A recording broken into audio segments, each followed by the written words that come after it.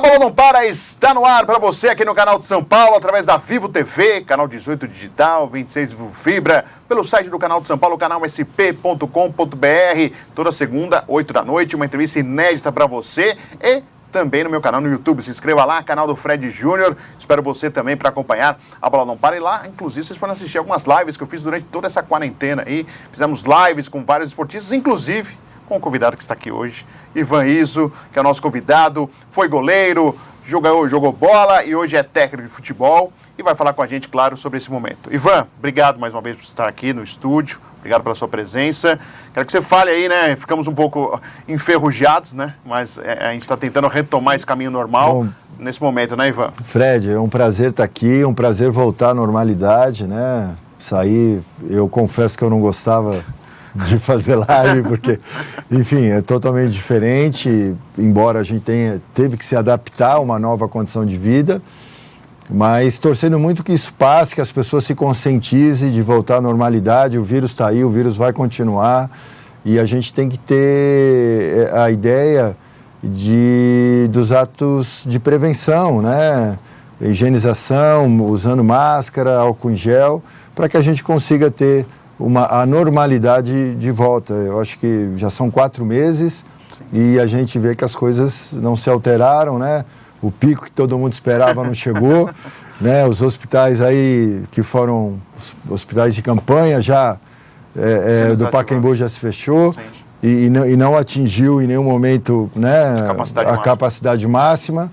Enfim, e que a gente volte à vida normal, mas um prazer estar aqui com você, Fred, respeito muito.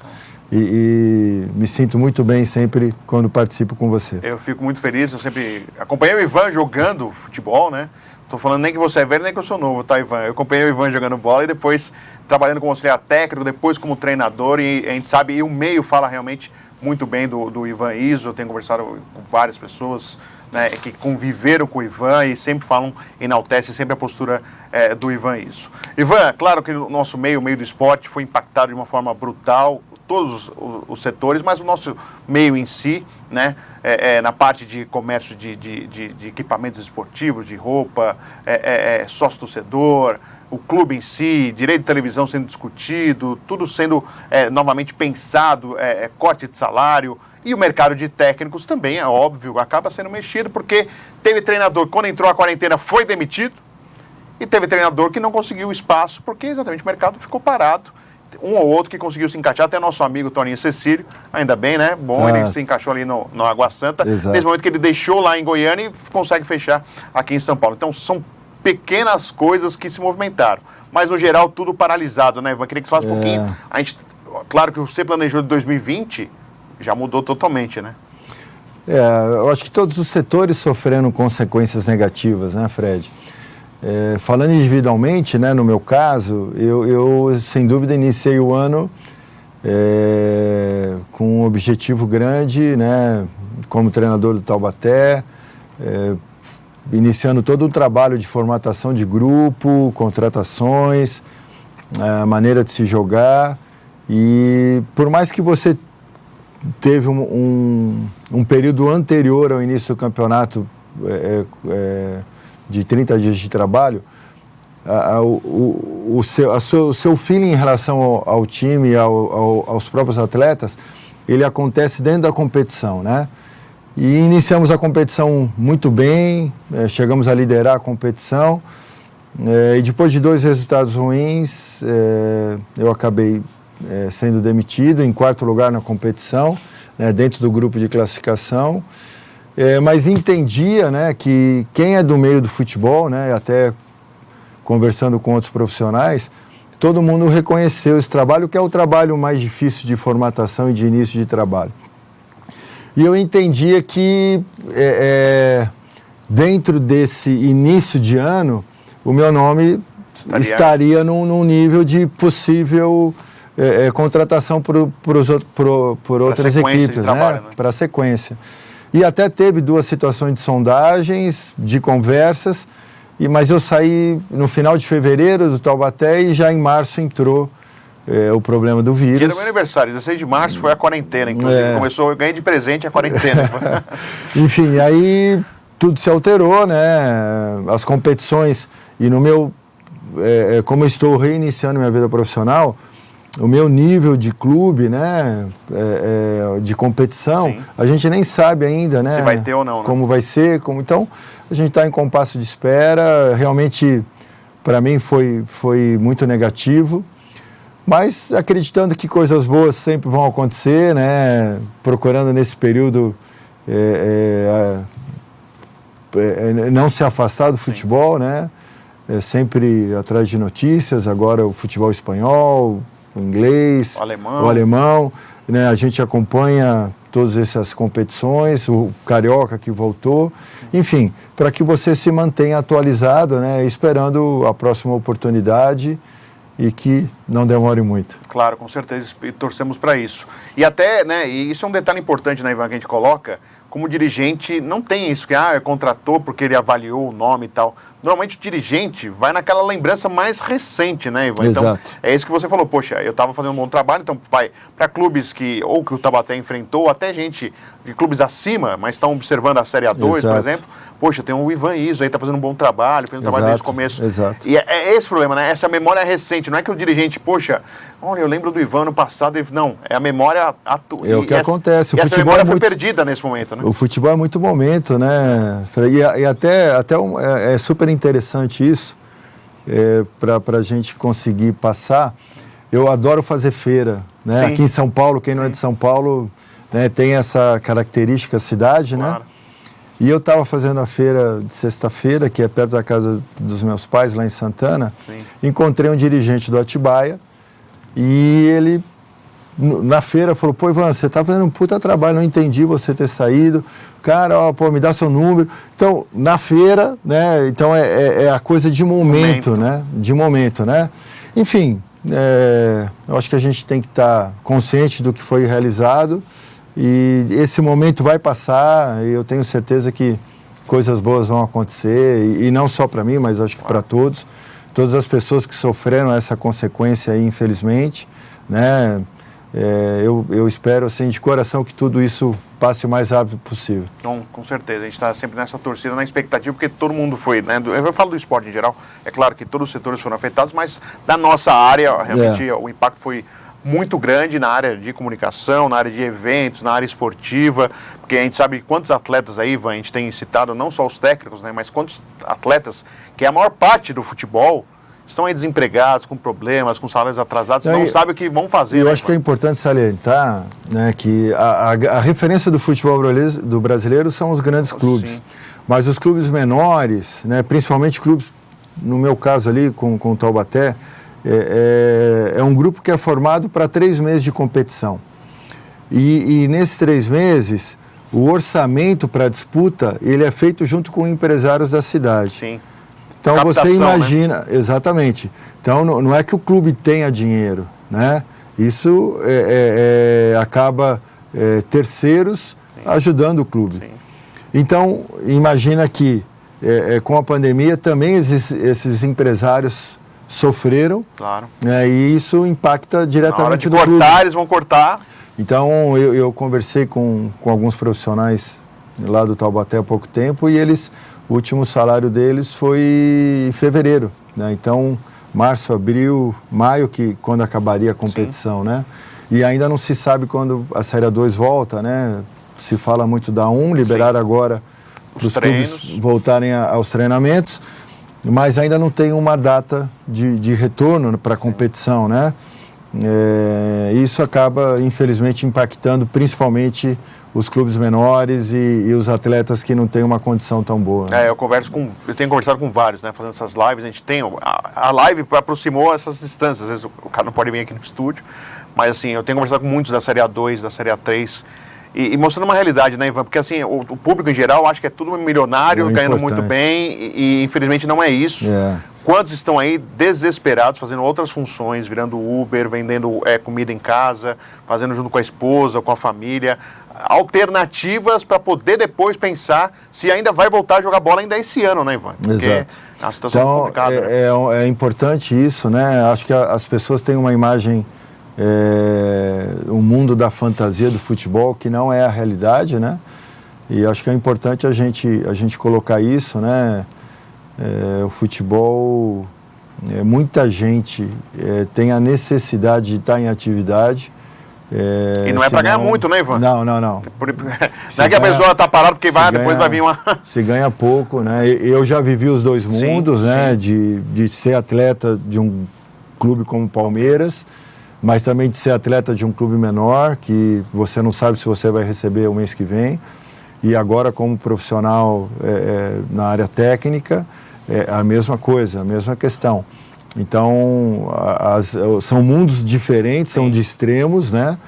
E é uma realidade realmente que choca para quem não tem a noção do que realmente acontece no dia a dia.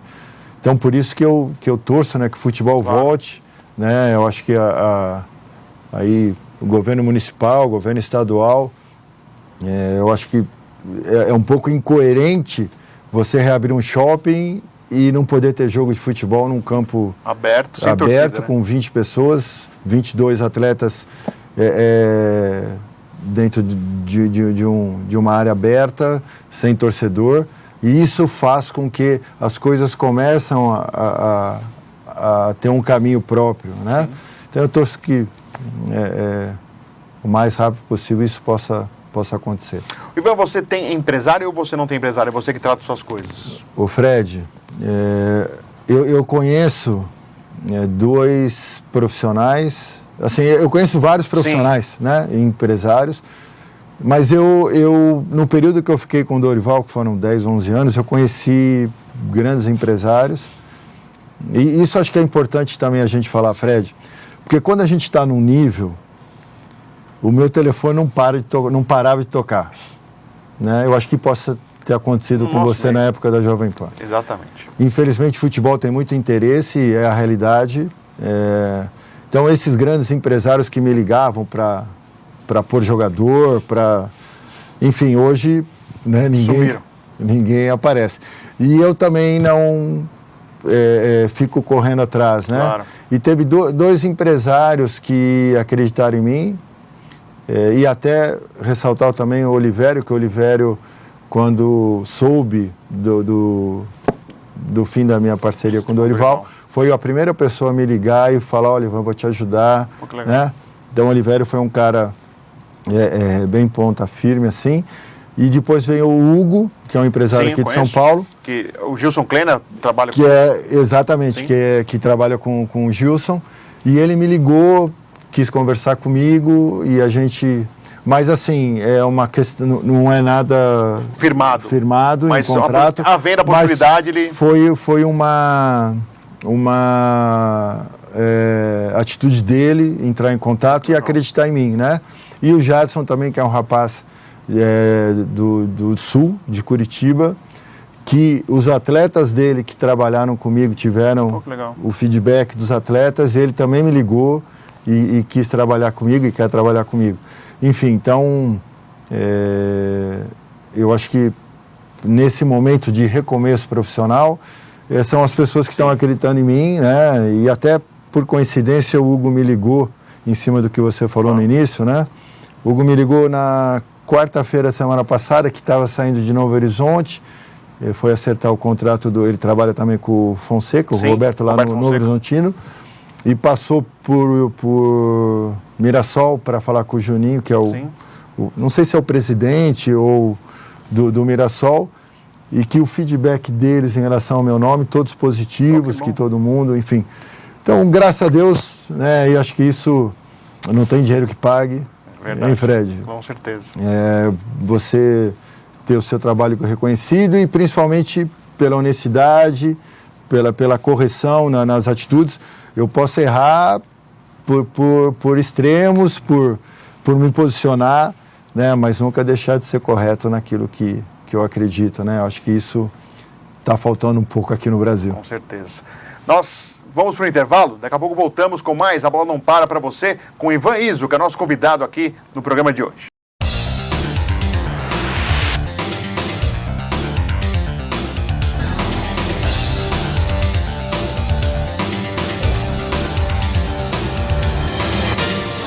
Venha conhecer o programa Vida de Empresário. Nele você conhecerá cases, realizações, sonhos, frustrações, saber o quanto custa para chegar lá.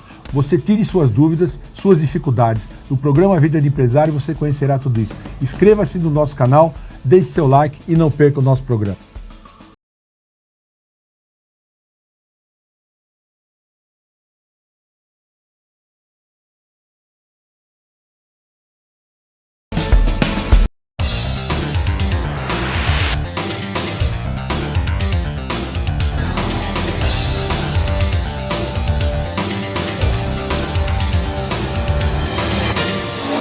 Estamos de volta, a bola não para você aqui no canal de São Paulo. Toda segunda, 8 da noite, uma entrevista inédita falando de esporte para você, aqui com o Ivan Izzo, é nosso convidado no programa de hoje.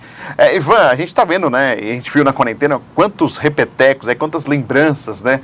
Para quem acompanhou o futebol da década de 70, 80, 90, eu fui muito mais 80, 90 e depois já trabalhando a partir dos anos 2000. Mas, assim, teve muita coisa legal para se rever. Exato. E muitos conceitos se mudaram depois das reprises. Queria que você falasse um pouquinho disso, que é engraçado, né? Assim, eu cito um exemplo, 94. Quanta gente bateu no Parreira, que é um time defensivo, joga para um resultado, a vitória magra, simples, e aí já enalteceram o Brasil contra a Itália, o Brasil massacrou a Itália, não ganhou. Algumas avaliações mudaram, né, Ivan? Exato, né? Eu acho que a nossa cultura aqui no Brasil, Fred, é uma cultura de sempre buscar um culpado ou enaltecer muito que em determinado momento não é o que se esperava ou a frustração. Eu acho que todas as competições que a gente tem assistido, e no meu caso, por exemplo, de 70, né, que Sim. eu tinha 5 anos na época, não tive uma noção, uma seleção fantástica, a maneira de se jogar, e que não vai muito longe do que a gente viu, por exemplo, de 82, a maneira de se jogar, né? E só que em 82 a gente não conquistou, né? Mas foi também um futebol que encantou, né? A de 94 conquistou, talvez um pouquinho mais conservador, com a maneira de se jogar, mas uma maneira... Porque a gente vai falar assim, jogar pra frente que não era, porque Mazinho, Dunga, né? O meio campo, né? Zinho, que tinha uma característica Mauro Silva, né? de armador, né? Sim. Enfim, então eu acho que aqui no Brasil, em todas as disputas, sempre se entra para ganhar. Claro. Só que existe do outro lado também competições, e vou até usar o exemplo, Fred, do último Mundial. Sim. O Brasil foi muito... O início de jogo não encaixou contra a Bélgica. Mas se aquele gol do Thiago Silva de cabeça, que foi meio de lado, deu na trave, se nós saíssemos na frente, com certeza classificaríamos e fizemos um jogo muito melhor que o da Bélgica. Só que o futebol permite que o superior não vença. Então a gente tem essa cultura aqui no Brasil de uma cobrança grande, principalmente de futebol, pelo nosso histórico, né? A Copa de 2014 foi no Brasil, 2018 na Rússia, a 2010 que a África do Sul foi eliminada pela Holanda. Sim, jogou melhor. Primeiro tempo... Grande jogo, tivemos a infelicidade de um gol de bola parado sofrido. Fizemos uma Copa sensacional. Foi. E faz parte, né? O futebol, enfim, infelizmente eu acho que o esporte coletivo, que o melhor... Até não vendo que foi uma bagunça, né? Que todo mundo que esteve lá fala que foi uma bagunça, né? Porque briga de contrato, tinha Pepsi e tal. O melhor jogo que o Brasil teve foi contra a Argentina, e que foi eliminado. A Argentina teve praticamente um lance no Maradona jogo. Solto. Eu lembro um lance do Miller que bateu. Pô, era pra gente ter virada, né? Era para ter ganho com sobras, né? Mas eu acho que é importante, né? Quem não teve a oportunidade ou hoje, quando se assiste, isso é o nosso trabalho. Claro. Porque você assistir com a emoção é totalmente de você... né? Com a razão, né? Assistir com a razão, né? Então, o seu olhar, a sua visão vai ser diferente. E todos os profissionais, né, do futebol, acho que é importante a gente passar, a coisa que a gente mais faz é quando acaba o jogo, você leva o vídeo para casa para assistir depois com a adrenalina mais baixa, que você vai ter a noção exata do que aconteceu o jogo. E às vezes assiste 1, 2 vezes, repete lances, para você entender o porquê das coisas, né? Sim. E o momento da emoção, né, a adrenalina lá em cima, a gente acaba não tendo a interpretação que poderia ter, né, a interpretação correta. Claro. E deixa eu aproveitar, né, até para não esquecer, porque na quarentena, o senhor José Ferreira Neto, no YouTube, num vídeo, conta uma história, aquelas histórias, né, de bastidores, que foi em Atibaia? Onde foi? Foi em São José dos Campos. São José dos Campos, no Vale do Paraíba. Foi numa Senhor José pré-temporada. Ferreira Neto, concentrado, da época de Palmeiras, Ivan Isa junto com o Neto. Meu companheiro de quarto. Companheiro de quarto.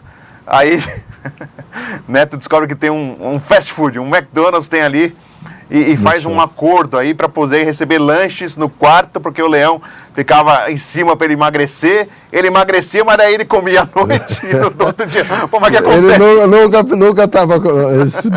Subia na balança o peso Foi dele. verdade, onde fizeram a Tereza mesmo para buscar os lanches, era Verdade, assim, mano? foi verdade. Foi uma pré-temporada, né? Início de ano, se treinava muito, 3 períodos. De manhã cedo, às 10 e à tarde. Com o Emerson Leão. O Leão era o treinador, nosso treinador. E eu também cheguei, início de ano, um pouco acima do peso.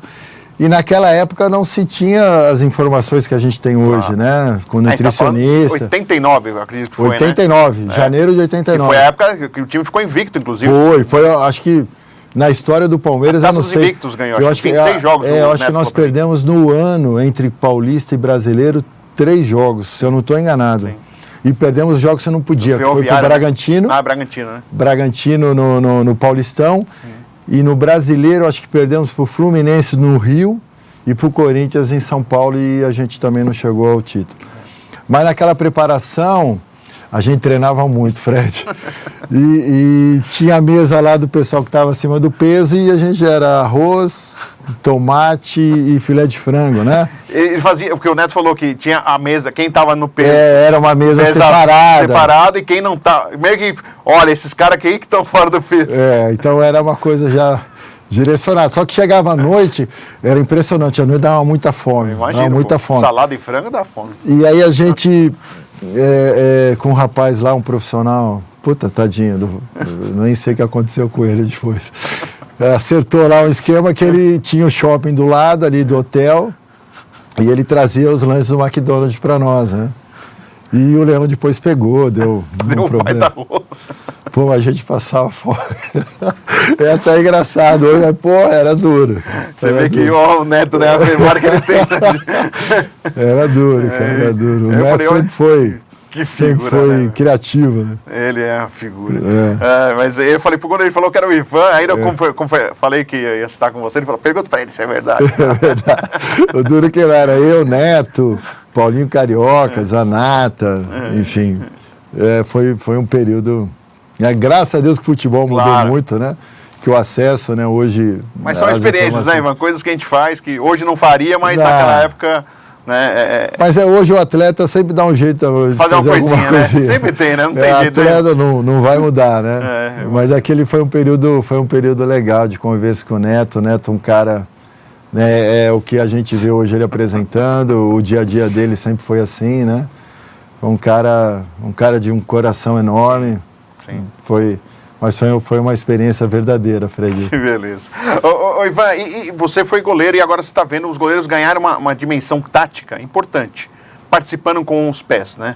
E aí muita gente, às vezes até esquece que o goleiro é bom com as mãos, apesar de ser bom com os pés. Como que você está vendo essa mudança, essa importância que o goleiro ganha uma função a mais, né? Porque agora é trabalhar com os pés. Eu acho fundamental, né? A evolução, né, do futebol. Sim. Eu confesso, eu teria problema.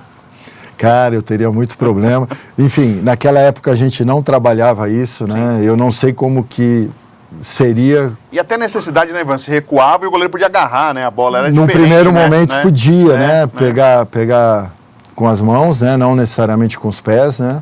Mas depois, quando entrou essa nova regra, recuava a bola, era chutão, né, Fred? Não tinha essa coisa de você sair jogando, né? Então... Óbvio, eu não tive acesso a esses treinamentos, né? Mas hoje eu vejo de fundamental importância, né? A participação do goleiro com os pés, até assistindo o jogo da semana passada do City com o Liverpool. Sim. Se usou muito isso, né? Principalmente o Liverpool numa linha de pressão alta, né? E o Ederson toda hora... sendo requisitado pelos zagueiros para ter a posse, para conseguir a saída, e até o primeiro gol, se não me falha a memória, do City, foi numa saída de bola desde do Anderson. Então, eu vejo isso com muita alegria, de quem quer propor jogo, de quem quer tentar fazer o diferente, né? Não dar um tiro de meta lá para frente, não dar o chutão, né? E brigar para a segunda bola. Eu gosto disso, é uma maneira que eu estava implementando isso e até me veio na cabeça agora. Eu tinha o Dida, que foi goleiro do Palmeiras, da base, muito bom goleiro, com dificuldade com os pés, e era uma coisa que eu conversava com ele diariamente nos treinamentos, da necessidade de ele evoluir. E quando eu fui atrás de um outro goleiro no mercado para competição, para a Série A2, eu, além de um bom goleiro, mas que jogasse com os pés. Ah, legal. Porque isso é fundamental nos dias de hoje. E não só isso, né? Não só o goleiro, né? A parte defensiva, né? Os caras saberem, né? O zagueiro ter uma condição melhor. O Fred, eu vejo muitos profissionais, né, de futebol, comentaristas, só na questão de saída de jogo. Sim. Mas na questão de apoio também, no momento que o zagueiro está sendo pressionado, ele tem um goleiro para jogar, para você mudar o lado. Sim. Né? Não para dar um chutão, né? Recuar para o cara, não, para tentar sair. Para você manter a posse de bola. Lado. Você manter a posse de bola e iniciar a jogada pelo lado oposto, né? Então, eu gosto disso, é a maneira que eu vejo futebol, né? Então, eu busquei no mercado um atleta que pudesse me dar essa opção. Isso vai muito, óbvio, da visão do treinador, né? De repente, mesmo numa competição, né, na Série A2, que é uma competição de muito contato, de muita força física, eu entendia que, principalmente nos jogos em casa, a gente precisava ter essa qualidade a mais, né? Então eu vejo isso fundamental. Você vê os campeonatos europeus, né? Todos, a grande participação dos goleiros com os pés, né? E aqui no Brasil também, né? Tem aumentado bastante. Ontem no jogo do Fluminense com o Botafogo, eu trabalhei com o Muriel no Inter de Porto Alegre, ele tinha dificuldade. Sim. E ontem ele participando muito bem, até no final do jogo, que o Fluminense precisava manter o resultado, os zagueiros buscando o Muriel para jogar, para ele fazer inversões de jogo. Então isso veio para ficar e vejo isso de uma maneira muito positiva. Legal, isso é bem bacana mesmo. Ivan, e já para finalizar, agradecer sua atenção aqui com a gente aqui no programa A Bola Não Para. Você tem essa perspectiva ainda 2020 de trabalho? Você acha que vai ser bem difícil? Não dá nem para palpitar. A gente sabe que o mercado vai ser volúvel, Ivan, porque eles vão ser cobrados. Não se importa se ficou na quarentena 2 meses. O que você acha? Eu acho que você, a partir do momento que você está no mercado, você está sujeito a trabalhar amanhã. O telefone tocar e você vai. Eu acho que nesse primeiro momento a gente tem que primeiro ter o retorno, né, do futebol, né, principalmente depois nos campeonatos a nível nacional, né? A gente não sabe ainda nem quando os regionais vão voltar, se vão voltar. Sim. Enfim, isso ainda Copa Paulista para frente também. Eu não sei se, por exemplo, a Copa Paulista os clubes vão ter condições, né, por tudo o que está acontecendo, né? Sim. Mas sem dúvida nenhuma que eu estou aí, vou ficar atento, né? E espero, o prazer que eu tenho de trabalhar, de estar no dia a dia, né? E espero que isso possa ser o mais rápido possível, né? Ivan, mais uma vez, muito obrigado por estar aqui no programa. Que é isso, Fred. Eu torço por você mesmo, espero que rapidamente você consiga voltar a trabalhar. E muito obrigado mais uma vez, viu, Ivan? Sucesso para você. Ô, Fred, eu vou te falar, né? O prazer que eu tenho... Eu torço muito, eu sei do seu histórico, a gente lá atrás, juntos, e o futebol, ele às vezes, você dá uns 2 passos para trás, dá uma balançada, daqui a pouco vai, né? Claro. E eu torço muito também para você, que você tenha sucesso, que todos os seus objetivos aí sejam alcançados, né? E o que você precisar, sempre vou estar à disposição e com muita alegria de poder participar da sua história profissional também aqui. Muito obrigado. Agradecendo Ivan Izzo, que foi o convidado de hoje do A Bola Não Para, que volta na semana que vem com mais uma edição inédita para você. Até lá!